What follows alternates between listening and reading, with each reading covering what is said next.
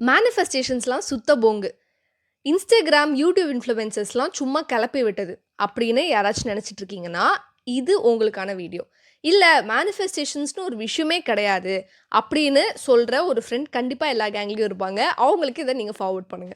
Manifestations to work. And அதுக்கான ஒரு living example தான் நானும் இந்த வீடியோவும்.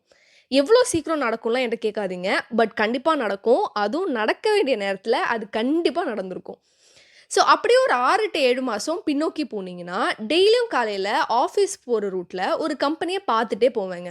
ஜஸ்ட் பார்த்துட்டு மட்டும் இல்ல, மனசார மேனிஃபெஸ்ட். அதாவது இந்த இடத்துல எனக்கு வேலை கிடைச்சா என்னோட டேஸ் எப்படி இருக்கும் அப்படின்னு ஜஸ்ட் ஒரு ஒரு குட்டி இமேஜினேஷனும் பண்ணுவேன். ஸோ இதெல்லாம் பார்த்தீங்கன்னா, ஜஸ்ட் அந்த கம்பெனிய பாஸ் பண்ற ஒரு 4 டூ 5 செகண்ட்ஸ்ல நடக்கிற விஷயம் தான்.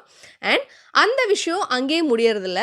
என்னோட சிச்சுவேஷன்ஸும் அதுக்கேத்த மாரி டிஃபிகல்ட் ஆகிட்டே போச்சு. விச் மீன்ஸ் நான் அப்போ இருந்த வேலையில இருந்து மாற வேண்டிய நெருக்கடி எனக்கு ரொம்பவே ஹெவியா வந்துட்டு இருந்துச்சு. ஸோ அதுக்கான வொர்க்ஸும், பிரிப்பரேஷன்ஸும் எனக்கு பேரலலா நடக்கவும் ஆரம்பிச்சது. So I kept on working and I kept on preparing and அது மட்டும் இல்ல, I kept on manifesting too. So நான் மேனிஃபெஸ்ட் பண்ண அந்த ஜாப் எனக்கு உடனே கிடைக்கல. பட் 5 மாசத்துக்கு அப்புறம் நடந்துச்சு.